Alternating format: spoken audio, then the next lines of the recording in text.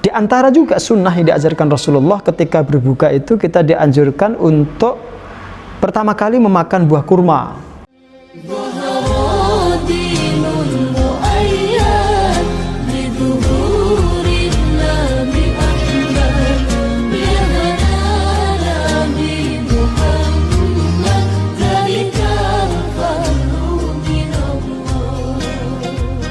Alhamdulillahi wa kafa wa salatu wassalamu ala nabiyil mustafa wa ala alihi wa sahbihi ahli sidqi wal wafa amma ba'd. Ma'asyiral muslimin rahimakumullah. Di kesempatan kali ini kita akan mengupas perihal adab dan sunnah-sunnah puasa. Agar puasa menjadi lebih sempurna, lebih banyak pahalanya dan lebih tinggi kualitasnya, maka Rasulullah SAW menuntun kita dengan beberapa adab dan sunnah yang telah disebutkan dalam beberapa hadis. Di antara sunnah puasa itu yang pertama adalah makan sahur dan mengakhirkannya. Rasul mengatakan tasaharu fa inna fis sahuri barakah. Makan sahurlah kalian karena di dalam makan sahur itu ada keberkahan. Di hadis yang lain Rasul mengatakan la tazalu ummati bi khairin ma'ajjalu al-fitra. Umat ini akan senantiasa dalam kebaikan kalau mereka itu mengakhirkan sahur dan menyegerakan berbuka. Ini yang pertama. Jadi makan sahur itu dikatakan Rasulullah bisa menambah keberkahan. Keberkahan yang dimaksud itu tentu fisik akan jauh lebih kuat, tenaga juga akan lebih maksimal, aktivitas sehari-hari termasuk ibadah di siang hari itu menjadi tidak terganggu. Kemudian yang kedua, mengakhirkan berbuka puasa, menyegerakan berbuka puasa, menyegerakan berbuka puasa. Rasul mengatakan la yazalun nasu bi khairin ma'ajjalul fitra. Manusia atau umat ini senantiasa akan berada dalam kebaikan selama mereka menyegerakan berbuka. Apa yang dimaksud dengan menyegerakan berbuka itu? Yang dimaksud menyegerakan berbuka itu bukan sebelum azan maghrib, tapi maksudnya adalah kalau sudah azan maghrib maka dianjurkan segera makan atau minum atau mencicipi hidangan yang telah disiapkan.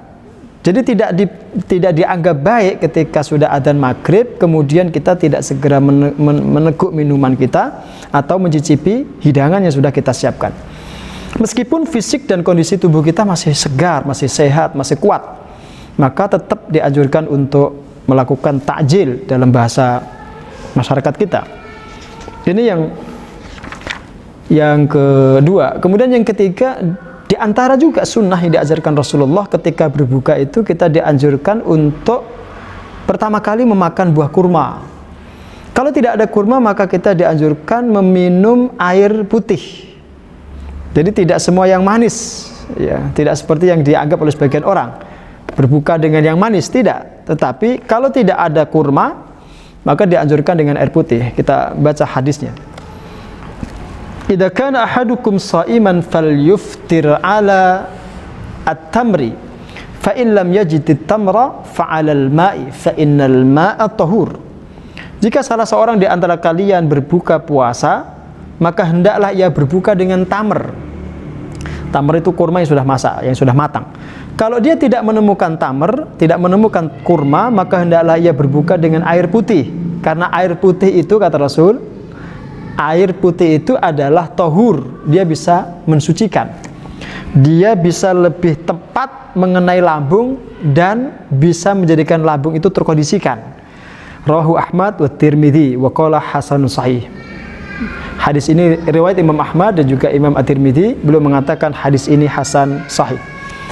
Ini yang ketiga.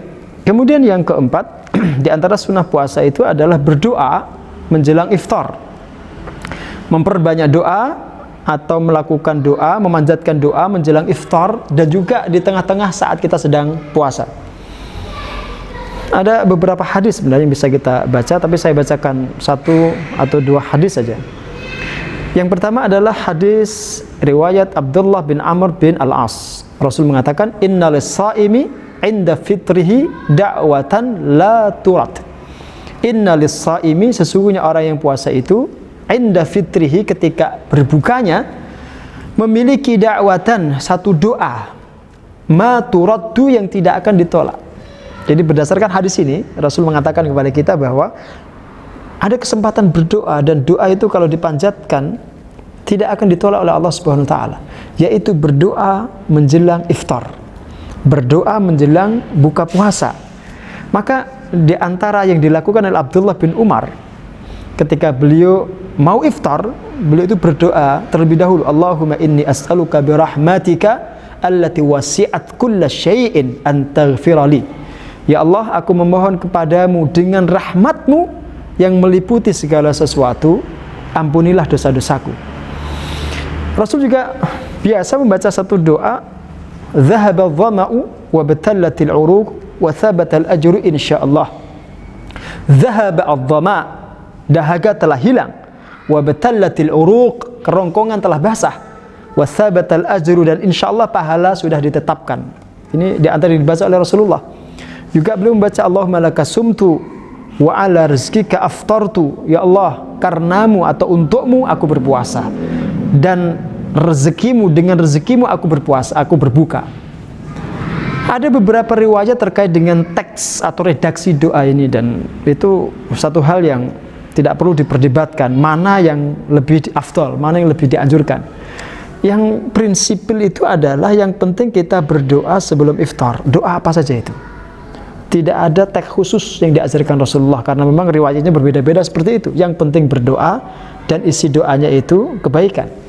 Maka salah satu hal yang perlu saya ingatkan dan saya ajak jamaah semua, manfaatkan kesempatan puasa di hari-hari yang akan datang ini, selama Ramadan ini, untuk meminta kepada Allah Subhanahu wa taala agar Allah Subhanahu wa taala segera mengangkat wabah ini, memberikan kita kebaikan dunia dan akhirat, menjaga keselamatan kita semua, dan mengembalikan kondisi kita kepada kondisi yang lebih baik. Ini tentu kalau dilakukan oleh banyak orang, pada apalagi kemudian orang itu habis berpuasa sehari penuh, tentu tidak mungkin Allah Subhanahu wa taala menolak doa itu. Ini yang keempat. Kemudian yang kelima, di antara sunnah puasa itu adalah berusaha untuk meninggalkan hal-hal yang bertentangan dengan substansi puasa.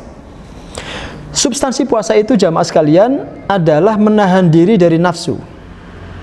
Maka semua perbuatan yang bertentangan dengan hakikat itu harus ditinggalkan. Berarti dalam poin ini para ulama itu tidak hanya menganjurkan kita agar puasa kita itu sah secara hukum fikih, tapi mereka juga mengajak kita untuk meningkatkan kualitas puasa itu menjadi lebih baik. Puasa tidak sekedar fisik, tidak sekedar meninggalkan makan, minum, dan jima, tapi juga meninggalkan semua yang bertentangan dengan substansi puasa. Semua yang bisa menggugurkan pahala puasa atau mengurangi pahalanya, itu pun harus ditinggalkan. Seperti berbohong, melihat pemandangan yang tidak dihalalkan oleh syariat, mengingkari janji, mengumbar aurat, dan seterusnya. Maka kalau ada orang bertanya, Ustadz, bagaimana ada orang puasa tapi dia nggak pakai jilbab? Maka ini satu hal yang kemudian ya perlu difahami, bahwa mengumbar aurat, tidak pakai jilbab, itu bertentangan dengan hakikat puasa. Hakikat puasa itu taat tunduk pada Allah Subhanahu wa taala, dan ketika ada orang mengumbar auratnya, tidak menutup auratnya, jelas dia tidak mau taat sama Allah. Adapun kemudian pahala puasanya itu urusan Allah Subhanahu wa taala, tapi perbuatan seperti itu perbuatan yang kurang sesuai dengan hakikat puasa itu. Kemudian yang keenam, di antara sunnah puasa itu adalah al-jud wa mudarasatul Quran. Berusaha untuk bersikap dermawan dan juga tadarus Al-Quran. Saya ingin menggarisbawahi pada poin sikap dermawan itu. Jemaah, di antara pelajaran yang kita petik dari puasa itu adalah bahwa kita dididik Allah, kita ditarbiyah oleh Allah, dilatih oleh Allah agar kita memiliki sensitivitas, kita punya hassasiyah ijtimaiyah, kita punya kepekaan, kepedulian dengan kondisi lingkungan kita. Maka puasa itu harus mengasah ketajaman batin kita, bahwa ada di sekitar kita itu orang-orang yang tidak bisa makan, atau yang susah makan, yang kalau dia mencari makan aja dia harus ngalor ngidul, susah luar biasa. Dia harus ke sana kemari. Dia harus mengetuk pintu-pintu rumah untuk mendapatkan sesuap nasi. Maka puasa yang kita kerjakan ini semestinya mengasah kepekaan itu. Maka agak bertolak belakang kalau kemudian kita puasa, tapi kemudian malamnya kita kenyang, tetangga kanan kiri kita kemudian dalam kondisi lapar. Maka di hari-hari yang memprihatinkan seperti ini, kembali Allah SWT mengingatkan kita bahwa bisa jadi wabah ini dihadirkan Allah jauh sebelum Ramadan datang, itu agar kemudian kita juga semakin mawas diri. Bisa jadi wabah ini didatangkan agar kita semakin peka dengan kondisi sosial kemasyarakatan kita. Ada orang-orang yang perlu kita kasihani dan kita bantu. Maka di kesempatan yang baik ini, saya kembali ingin mengajak kepada jamaah untuk memberikan donasi, sedekah, infak, atau apapun lah namanya, kepada masyarakat di sekitar kita, kerabat kita, tetangga kita, yang memang membutuhkan karena terdampak oleh wabah ini. Kemudian yang terakhir, di antara sunnah puasa itu adalah berusaha untuk memaksimalkan hari-hari terakhir di bulan Ramadan dengan cara i'tikaf. Ada satu hadis yang menarik yang disampaikan Rasulullah. Beliau mengatakan dalam kutipan hadisnya kurang lebih, innal a'mal bi khawatimiha. Sesungguhnya amal itu tergantung khawatimnya, tergantung ujungnya, tergantung pungkasannya. Jadi nilai satu amal itu bukan di awalnya, bukan di tengahnya, tapi di ujungnya. Kalau di awal puasa kita luar biasa, di pertengahan kemudian menurun, di akhir kemudian hilang sama sekali semangat itu, bahkan tidak ke masjid, bahkan mungkin sebagian tidak puasa, maka nilai puasa Ramadan kita itu menjadi tidak ada artinya. Tapi kalau sebaliknya di awal puasa kita biasa, pertengahan meningkat, di akhir makin semangat, maka nilainya akan bagus. Maka kemudian kita perlu tangkap, kenapa ada syariat i'tikaf?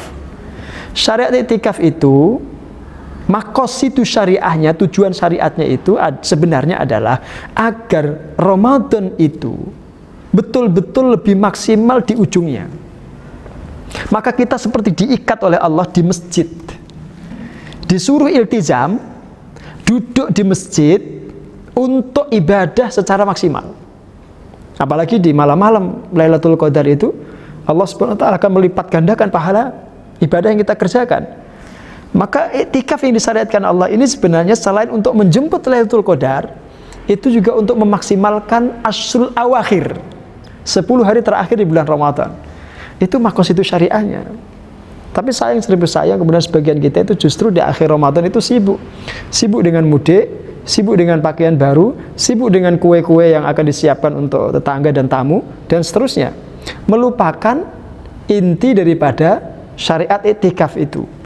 Nah, mudah-mudahan kemudian dalam kondisi yang serba prihatin seperti ini, dan kita sudah dilatih oleh Allah SWT untuk di lockdown sekian hari, di karantina di rumah sekian hari, ya, mudah-mudahan kita terbiasa untuk kemudian stay di masjid, i'tikaf di masjid, tentu dengan kondisi yang perlu diantisipasi, ya, mungkin kondisi yang terbatas, untuk i'tikaf agar ujung Ramadan kita semakin berkualitas. Wallahu a'lam bishawab. Assalamualaikum warahmatullahi wabarakatuh.